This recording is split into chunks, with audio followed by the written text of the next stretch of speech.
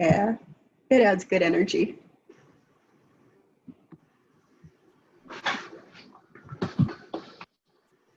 I mean, Action Bronson does have his own AMCAS application, so he should be here at this meeting. True, There he's we practically a go. mascot at He this needs to point. know how COVID's going to affect him. All Really right. like the shout out. All right, I think everyone's in from the waiting room right now. So welcome everyone to our event for tonight, our Future Doctors Q&A, to kind of chat about UNR Med and the state we are in with COVID going on and the application cycle coming up. My name is Lindsay Forts, and I'm the Outreach and Recruitment Coordinator for Northern Nevada. And I'm gonna let the rest of my team introduce themselves, starting with Zach Walker.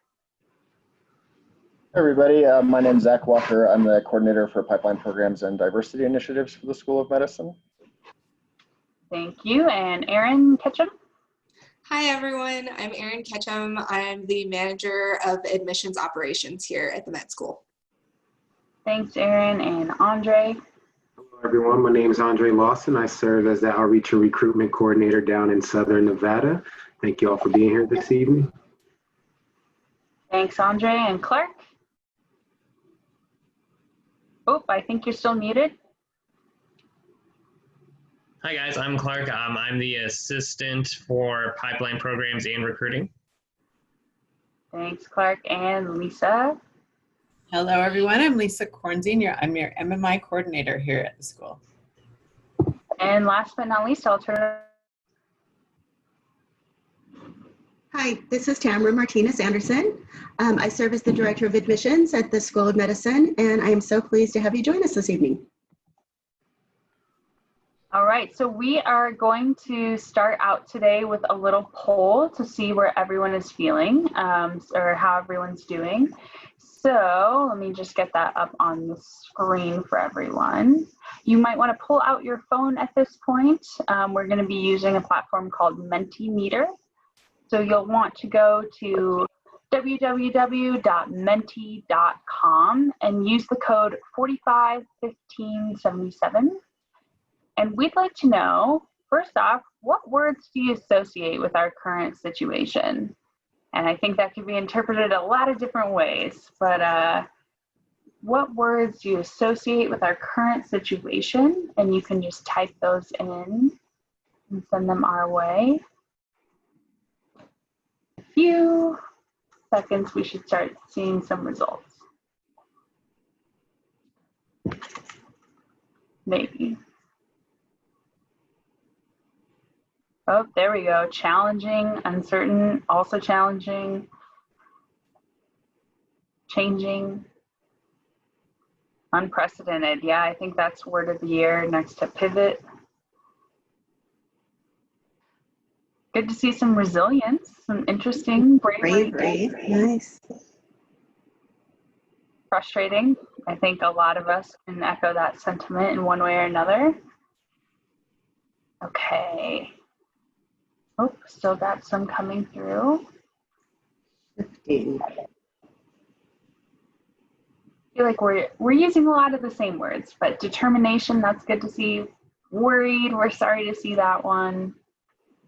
Difficult. All right, now let's see if I can go to the next one. Maybe I have to stop sharing. And let me pivot to our next question. Not doing as well with my tech savviness today. And so this should just pop up on your same screen, but how are you feeling about applying to medical school? Are you feeling excited, anxious, confident, confused? Or maybe something not on there, but you could just pick your closest feeling today.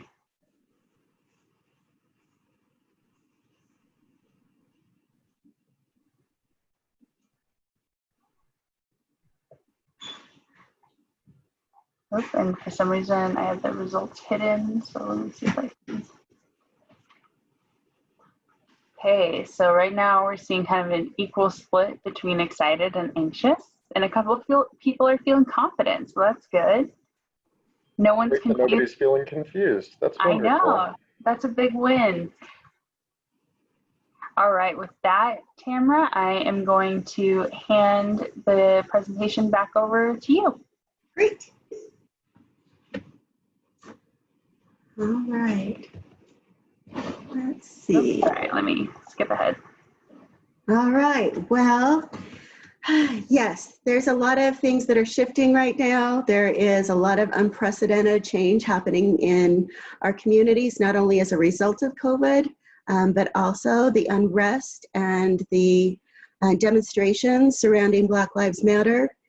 These are things that all connect one way or another with your decision to pursue a medical education. And what I want to make sure you are thinking about first and foremost, first of all, be safe and healthy.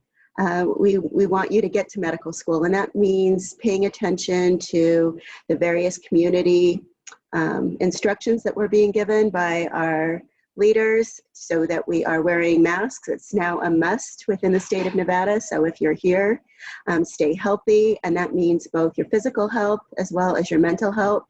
All of this unprecedented change and just unrest really can affect us mentally and emotionally, and that's to be expected, and that's normal. So be informed and be educated. Be informed about how you can manage that stress, how you can keep putting things into perspective, and use this opportunity really to become an educated person about how inequities within our healthcare system are emerging in ways that have always been there but have not been quite as in our face.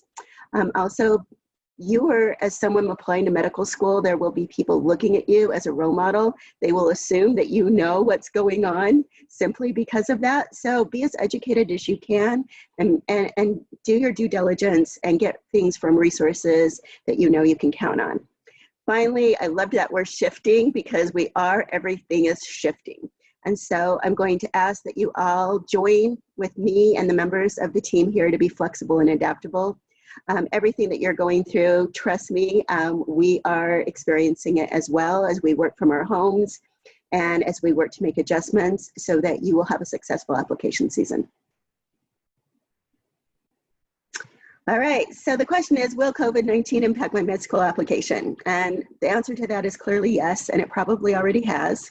So today, we're not going to do kind of the typical medical school presentation, but we're really gonna focus on how COVID is affecting application requirements, the MCAT, and also interviews as part of the application cycle. Because we're only together for a little bit today, I wanna remind you that you've got some great resources out there. AAMC has a COVID-19 website. You can also follow them on Twitter. And at UNR Med, any changes that are made as a result of COVID are going to the very top of our application requirement page. And so you can check that on a regular basis to see if there's anything new. So that's a screenshot of our website with COVID-19 updates. And the second slide is of the AAMC. I hope you've gotten familiar with these pages and comfortable navigating to them. Just stay up to date. That is one responsibility that you need to take on for yourself. At the same time, we're eager to provide you with information. All right, so we had the question, how have you adjusted your structure to better help students at this time? And what I want you to understand is that, you can go into the next slide, that we here at UNR Med are very committed to considering all of the individual and environmental factors of the pandemic as part of our holistic review process. As we move forward, we are constantly talking about how will this affect our prospective students. At the same time, it is important for you to know that we are going to use the same selection criteria as we assess your applications. The process is still going to be just as competitive as it always has been, and that it's important that if you are not ready, that if COVID has really put you off your game, that it is absolutely okay to take a gap year, enrich your application, put yourself in a position where you are ready for this process. Okay, so next slide. How do you know if you're ready? My advice there is to really pay attention to the selection criteria that's on the website. First and foremost, are you passionate and are you prepared for being a medical student? Have you had those experiences that help you understand the roles and responsibilities of being a physician, what some of the ethical dilemmas are that you may face? And have you been able to have the types of experiences that have prepared you to be a medical student? If you have not, because of COVID, because of other reasons, been engaged in clinical experiences, community service, have not had an opportunity to shadow and scribe, there's a good likelihood that it will come through in your application. It's not about that you need certain numbers of hours in these areas, but how they will impact your understanding of what it means to be a physician and what it means to be prepared for medical school. The same thing is true with academic excellence and readiness for the rigors of the medical school curriculum. If you feel like you still need some additional foundational science, some upper division coursework, if your grades are such that you feel like you need to take some more courses in terms of showing that you've got the capacity to improve and to earn top grades, if you struggle with assignments that require critical thinking, if you're not confident with quantitative reasoning, or if you still are working to understand scientific inquiry, it may just mean that you need a little bit more in order to be ready for the rigor that you're going to experience once you get to med school. In addition to those two areas, we're looking for individuals that have professional competencies. Are you ready during the admissions process to demonstrate that you have social skills, that you're culturally competent, how to collaborate with others, that you have strong writing and verbal skills, that you are resilient and adaptable and dependable and reliable? Do you have enough information about how you meet those competencies to share them within your application? Finally, are you a good fit with this medical school? Are you committed to diversity and inclusion? Do you share our core values? And are you all about our vision, which is a healthy Nevada? Okay. All right, so if you look at all those things and you say, yes, I'm ready, you may be asking, well, what kind of changes will we be seeing in the application questions and overall requirements due to COVID-19? So that's where we're going to focus from here on out. The first thing to know is that, yes, the MCAT is still required, and it's got to be taken by October 1st. Additionally, the application deadline is still going to be October 1st. So even though you may be taking your MCAT late in the process, that means that you may need to apply and submit your application and begin working your way through the process before October 1st. The reason that you'll be able to do that is because due to COVID-19, we will not require that you have an MCAT score in order to receive a secondary application. In the past, we would wait to receive that score. This year, you can apply before you have taken the MCAT. Then, if you submit a secondary prior to taking the MCAT, and as a result of, and then you receive your score and you don't meet the minimum required, you will have an opportunity to receive a refund of that secondary fee. Additionally, all requirements that limit or do not allow online coursework have been waived. So all of you who have needed to take online courses do not need to worry. We will accept those courses, and as long as that continues, it may be summer and fall, you may be working on some of your additional prerequisites. If they are being only offered online by your institution, we will not, that will not work against you in this process. Additionally, you've probably heard that we are asking that you get graded courses unless your institution or your professor mandates that the course be moved to pass-fail or satisfactory unsatisfactory. We would much rather see a grade that's a B and us understand that you were taking it under unusual circumstances than for you to get a pass mark or a satisfactory and for us to not know whether that's a B or an A or perhaps a D. So we would really rather see those graded courses, and just like before, if you really struggled with the course, we want to hear about what happened, and we will take that into consideration. As a reminder, if you have prerequisite courses, they may be in progress all the way until you matriculate to medical school, but they must be completed prior to a matriculation. We also have a requirement that one of your letters of evaluation be written by a physician assistant, a nurse practitioner, and we are waiving that this year if getting that letter was directly impacted by COVID-19. So if you have a relationship with a physician, you reached out, but because of the dynamics of what's going on right now, they aren't able to provide you with a letter, then that will be acceptable. Otherwise, we do ask you to continue with this requirement and get one from one of the appropriate providers. So we do strongly encourage the submission of some kind of a clinical letter. Again, we want to know that you have had those experiences that expose you to medicine, and a letter of evaluation will help us understand where you're at in understanding this profession. All right, so in terms of that MCAT, we are continuing to monitor. As we hear on the news each day, things are constantly changing and shifting. And so if any additional tests are canceled, especially here in our region, we will be taking that into consideration and working with our students. Another good question that I've been hearing about is how we're going to look at this new MCAT that's taken post-COVID. The test has been reduced from 7.5 hours to 5 hours and 45 minutes.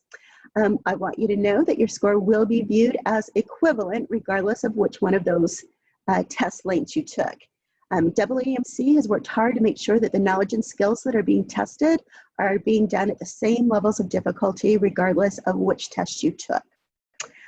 Additionally, scores are being expedited, and they should be available to both you and to us in approximately 2 weeks from when you take the test. So this is what's allowing us to continue with keeping our deadlines the same. A reminder, there are no fees to reschedule or cancel the cycle. And so if you're feeling stressed or concerned that you're not ready for the test, this is something that normally you would be expected to pay some sort of cancellation fee. And then finally, if you're experiencing economic difficulties, and many people are right now, be sure that you apply for fee assistance. They have expanded access, and they have updated the income eligibility requirements. And so if you need assistance paying to take the MCAT, to have access to preparatory materials, and to pay for application fees to medical schools, this is really important that you take the time to apply for the fee assistance. As a reminder, I think I mentioned earlier, you are not going to need to get an MCAT score before you apply. We want you to get that application in as early as possible. And as a reminder, there is a refund available if you don't meet the minimum MCAT score. All right, so when is the latest that UNR-Med will be accepting MCAT scores? You need to take the MCAT by October 1st. Finally, as you're thinking about this, when do I put that AMCAS application in, whether I've taken the MCAT or not? We do encourage you to apply early. The deadline is October 1st. We would ask that you strongly work towards submitting it by August 3rd. It's going to take 4 to 6 weeks for your application to be verified, which means it won't be until September that we'll be able to send you a secondary. And we want you to be in the pool and starting to move through those interviews as soon as possible. So even if you're taking the test later, I would suggest getting your application in first. And you'll have to really use your time management skills if you're still preparing for the test to figure out how you're going to fit all of these things in. Something to know is that you are more likely to be reviewed and receive your decision in December if your interview is completed by October 1st. So the earlier you apply, the earlier you'll start hearing about interviews, and the more likely it is that you will be reviewed early in the process. Now this is important because we only have a limited number of seats available, and once those seats have been offered, even if you are a highly qualified applicant, you may find yourself on a wait list. So do your best to apply early. In terms of letters of evaluation that you're submitting to AMCAS, just a reminder that we will waive the requirement for the clinical letter to be written by certain providers if they have been impacted by COVID. Okay. All right, well, UNR-Med extend the admissions deadline due to delays with AMCAS. At this stage, we are intending to stay with our October 1st deadline. That may shift if there are changes to the delivery of the MCAT, and we will take that into consideration should that occur. All right, on your secondary application, so once we receive your MCAS and it is verified, we will be moving forward with getting secondary questions out to you. I want to point out that our secondary questions are posted on our website. If you go to the application requirements and scroll all the way to the bottom, you'll know exactly what we're going to be asking you on the essays on that secondary. And so again, use your time management to work on your personal statement, get your AMCAS in, and then begin working on secondary questions so that you feel confident when you submit those. All right, since you and our mid will be holding apps until the MCAT is received, you recommend waiting to apply or going ahead. So I just want to be sure that whoever asked this question knows that we will not be holding apps until the MCAT is received. We'll immediately send you the secondary. And so that is a big change for us, and we hope will expedite this process during the coming year. Tamara, can you touch on, though, will we be waiting to send interview invites until the MCAT is received? Yes, so I think the next slide, it goes into interviews. Let's see, and we'll make sure to cover that. I'm going to put that on hold, Lindsay, for just a minute, but if I don't hit it, let's go back to that. Thank you. So secondary application. I do want to make sure everyone knows that there will not be a secondary question specifically about COVID-19. And this is because we feel like there are multiple places where you have an opportunity to address that, but I do want to point them out. The first is you could address it in your personal statement. Now, your personal statement really needs to be a statement about why you want to be a physician. What's motivated you? What was your pathway? Why are you sure that this is what you want to do over maybe another career within healthcare? So as COVID-19 has fundamentally changed or informed or impacted why you want to be a physician, if you have really been spending a lot of time thinking about some of the same things that have been confronting our physicians and nurses who did not expect to be caring for patients in the midst of a pandemic, then your personal statement might be an excellent place to talk about this.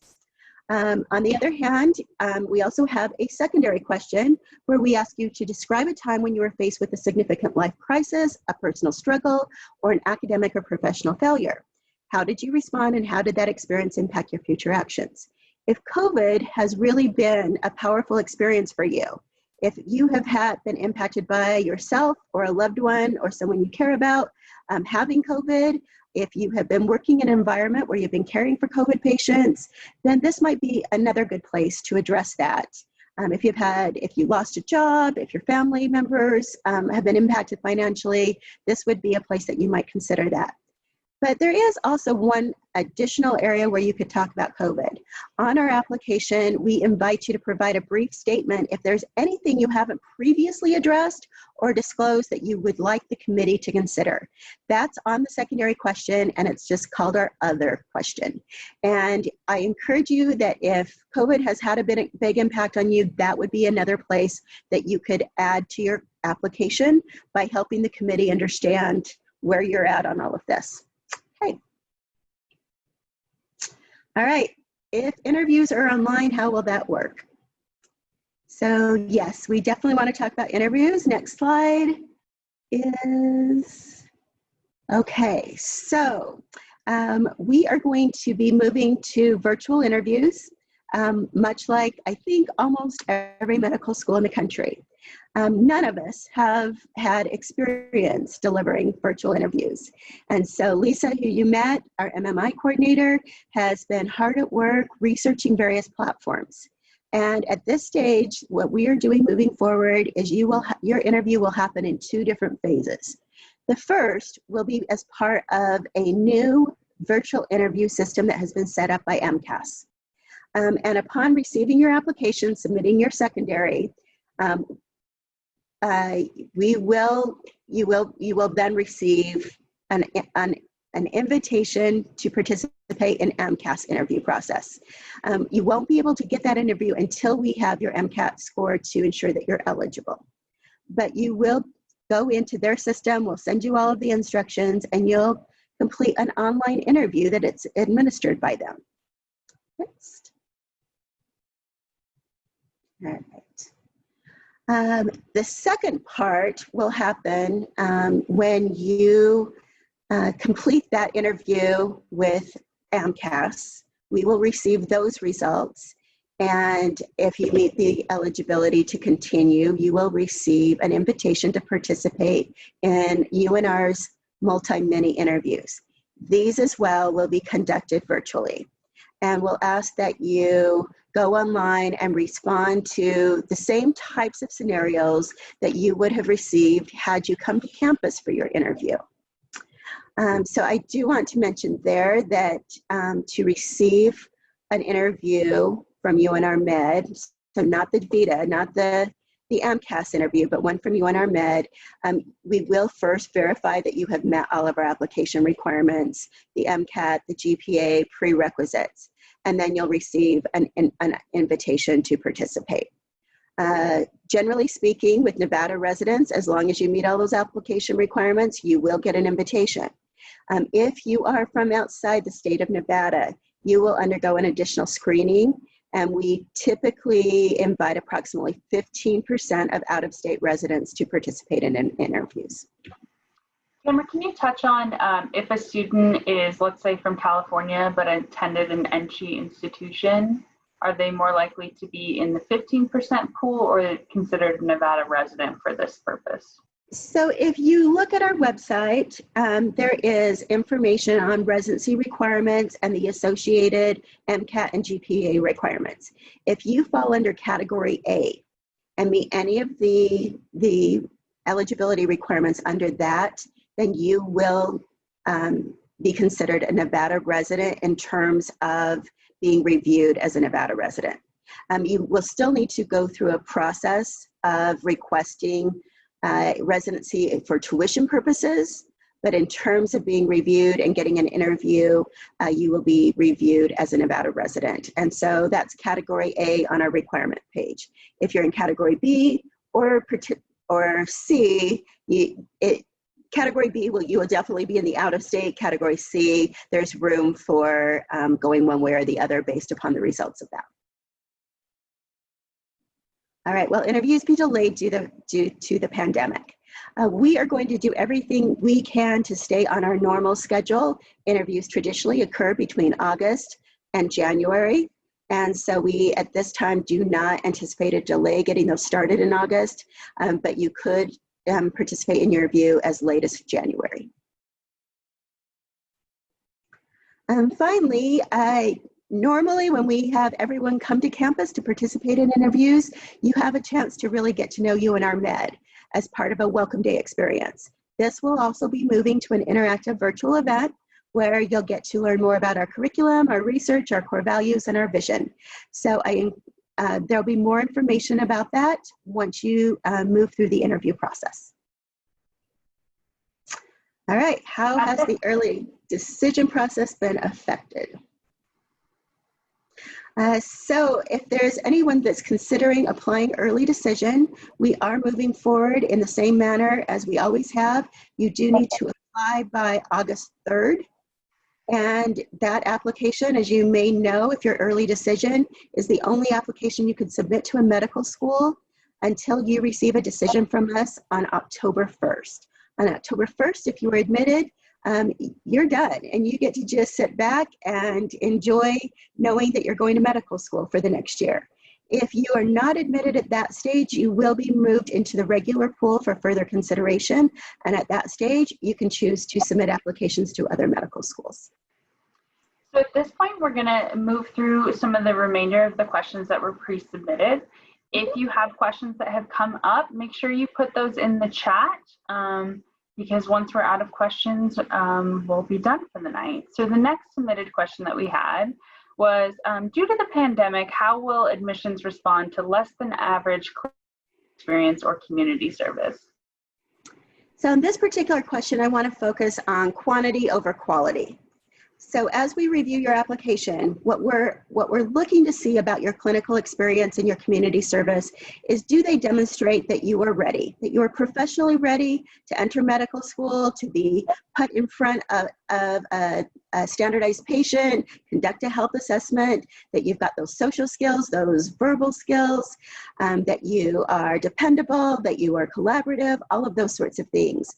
And so as we look at your clinical experiences in community service and how you put together your application, we are wanting to see, are you ready? Now, if up until this last semester, you had been more focused maybe on your academics, more focused on your research, and you have not been able to complete many clinical or community service hours, then that may tell us that you're not quite ready. And so that's where you need to do an assessment of yourself. Were you highly reliant on what you were going to accomplish from March until now in order to be ready for medical school? If so, it may be important to reevaluate whether you're ready to apply this year. On the other hand, if you already had been working hard to acquire experiences and you feel like you were getting out of those professional competencies, an understanding of the roles and responsibilities of a physician, you're able to demonstrate that you have a strong commitment to service, then you're going to be viewed as a strong candidate, and we're not going to be holding it against you that you were not able to participate in some of these activities over the course of the last few months. The admissions committee shift due to canceled shadowing and job opportunities. Is there anything else you kind of want to add? You know, I think this goes back to the fact that we are doing holistic admission and that we are looking to see how you meet competencies. And so our admissions committee is going to be very aware, and they will shift their focus somewhat in terms of what they're looking at. So they may be looking for evidence that you have come to an understanding about being a physician through other ways than shadowing. And so in the end, is kind of what I went back to say before about you need to meet those selection criteria. How can I secure a high quality letter of recommendation or evaluation during this time when so many opportunities were taken out? So this is another area where we hope that you have been spending the last couple of years identifying individuals who can write letters of evaluation for you. And if you were relying on getting to know a physician or getting to know a professor during your final semester before you submitted your application, that may be an indication that you've still got some work to do to get ready. And at the same time, if there was someone that you were relying on for a letter who has been unable to complete that letter due to what's happening with the pandemic, then you'll be able to provide us with some information about that and replace that letter with something else. And on the note of experiences, we've also compiled a list of different ways that you can be preparing for med school during this era of COVID-19. So we've put together some opportunities for virtual volunteering, some books that you might be interested in exploring, or podcasts. We also heard in a conference that we attended today that some physicians are working with students to do telemedicine shadowing. So if you had some shadowing set up and if that physician has transitioned to telemedicine, it might be worth having that conversation as well. And so we'll send out this resource with the recording of this event for you to review at a later time as well. And then the next question, is it true that all applicants who have reached the interview process are on a level playing field since they have passed the primary and secondary screening? Okay, so I'm going to address that first in terms of our Nevada residents, those of you who meet Category A or have received an exemption to apply. So we do not do further screening based upon MCAT and GPA. If you meet the minimum, then you will receive an interview if you're a Nevada resident. So I think there are some schools out there that reduce the number of people who receive interviews from their pool and use MCAT and use GPA as that criteria.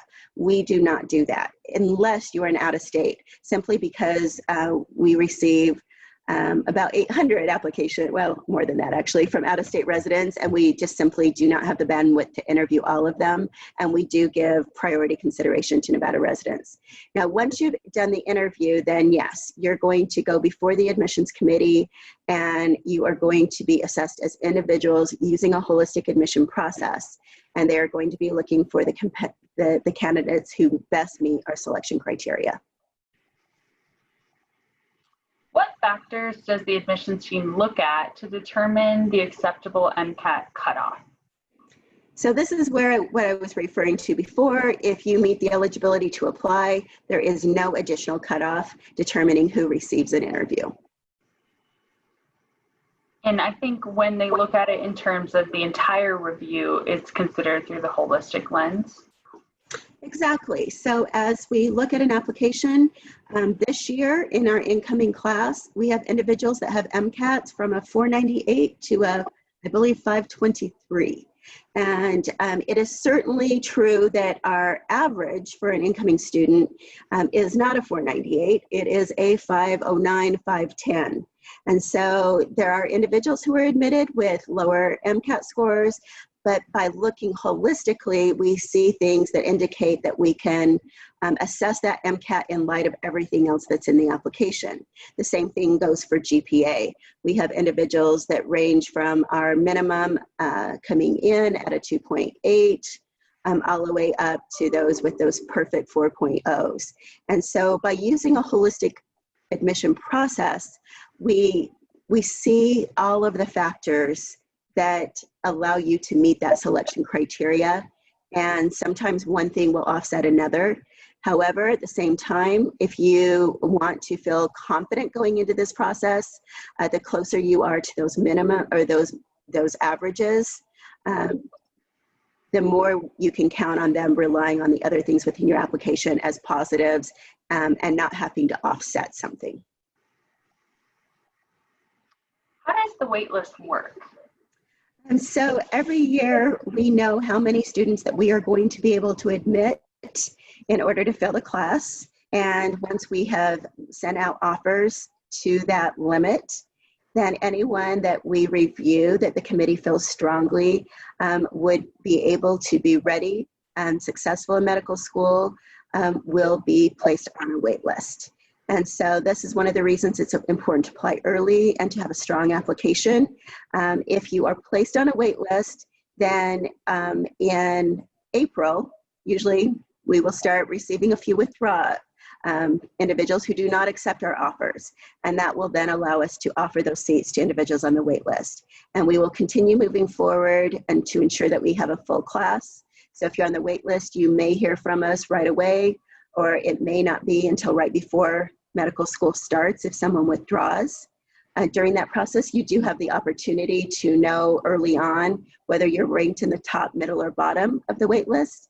And then once we get to May, you are actually told what number you are on the wait list so that it can help you make a decision about whether to hang on or perhaps to accept a seat at another school.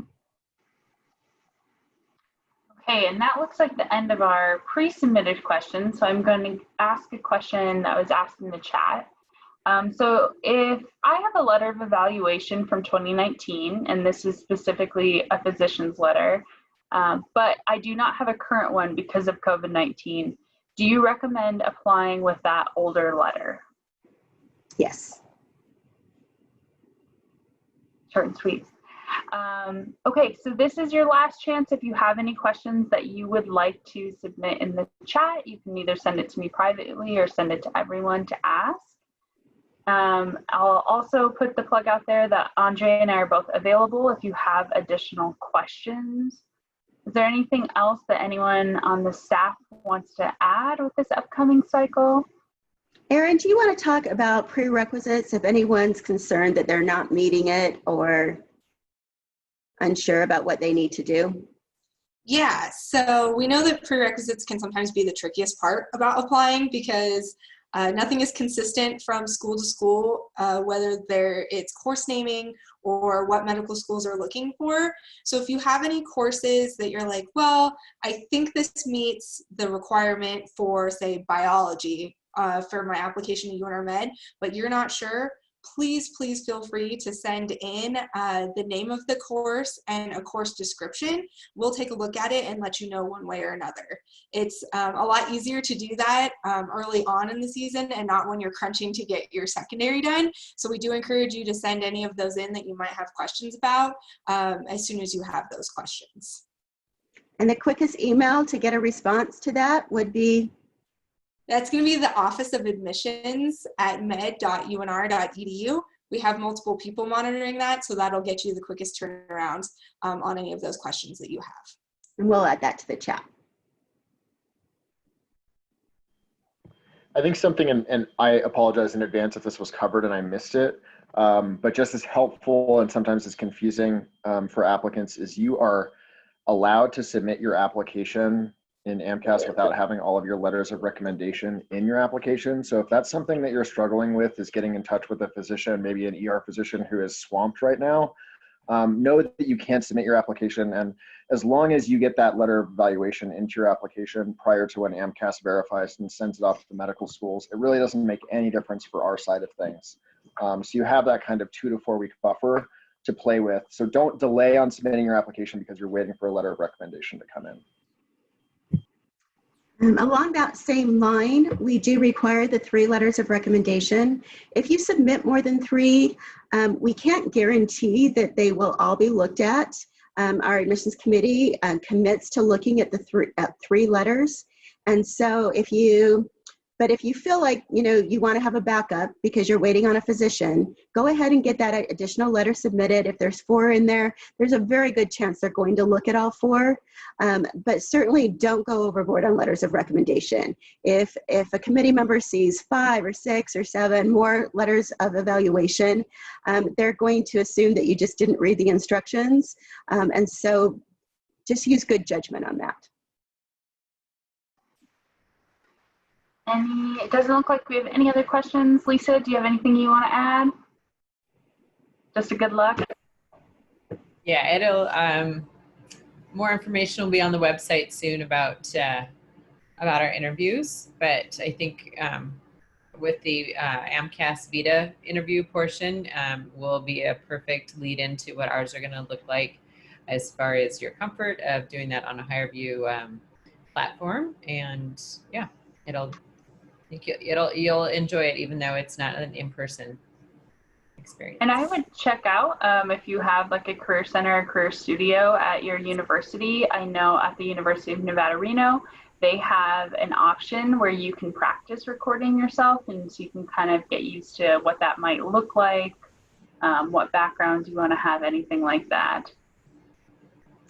So as I mentioned, go ahead. Oh, I was just saying, as far as those who might have difficulty finding a good space to record quietly, that will all be taken into consideration. But do think ahead on that and where you can do that. These will be things, interviews that you can do when it is convenient for you, which is great for you, especially if you've got other people at home. Yeah, typically what it will be, you'll have about a minute to view your question and then like 3 to maybe 6 minutes to respond. And so if you want to prep for yourself, like Lindsay said, now that's what we're looking at. We had one question be submitted. So is there a certain number of early decision applicants accepted each year? There is not. So the committee will look at as many as we receive and assess and review them holistically. There is not a set number that will admit early decision. Generally speaking, we do not have a high number of early decision. It's generally individuals that for one reason or another are either place bound or just very determined that this is the medical school where they want to be. I also want to go back to the interviews and just kind of reassure you that we're working through this. We don't have all the answers yet, but we will have them by the time we send you an invitation to interview. We want you to be successful at this, and so we are looking at everything that's associated with those interviews. As Lisa mentioned, if you are someone that doesn't have great bandwidth with your Wi-Fi, we're going to send you out a lot of suggestions and alternatives. If your technology crashes during an interview, we're going to have instructions for what to do if that happens. We're going to be able to provide you with a little bit more detail as this goes on, and certainly by the time you receive an invitation, we'll have all of these kind of all the details just really worked out so that this is a comfortable environment for you and something that you don't have to be worried about. We had another question submitted, probably best for Aaron or Zach, but how should I designate a course grade of S for a class that was only offered as satisfactory, unsatisfactory at the beginning of the semester, and it didn't have anything to do with COVID? Yeah, I mean, in the course, when you're putting in the courses for anything that was pass, fail, satisfactory, unsatisfactory, you're going to want to put either an S or a P, depending on how your institution shows on a transcript. So S for satisfactory. And then at the bottom of the entry for the course, there's a pass fail checkbox. So you just enter it like you would a normal course and make sure to do, put in S as your grade and then check that box. Thanks, Zach. Okay, I think that brings us to our 45-minute mark. So thank you all for joining us. I hope you realize that you're not in this alone, and we're here to help you in any way that we can. And any final remarks? I'm just wishing you all the best. Again, stay healthy, be educated, take care of yourself. Also, for those of you who are really concerned about being ready for this process, just a reminder that you do not have to apply this year. We welcome those applications, and if you're ready and you feel like you've got everything that you've been working so hard to get prepared for this experience of going through the medical school admissions process, then get that application submitted. I wish you the best if you still have an MCAT scheduled. And don't hesitate to reach out. We want to be accessible to you and be able to answer your questions, whether it's in a forum like this or one-on-one. All right, be safe, everyone. Take care. I'll send out the recording in the next couple days.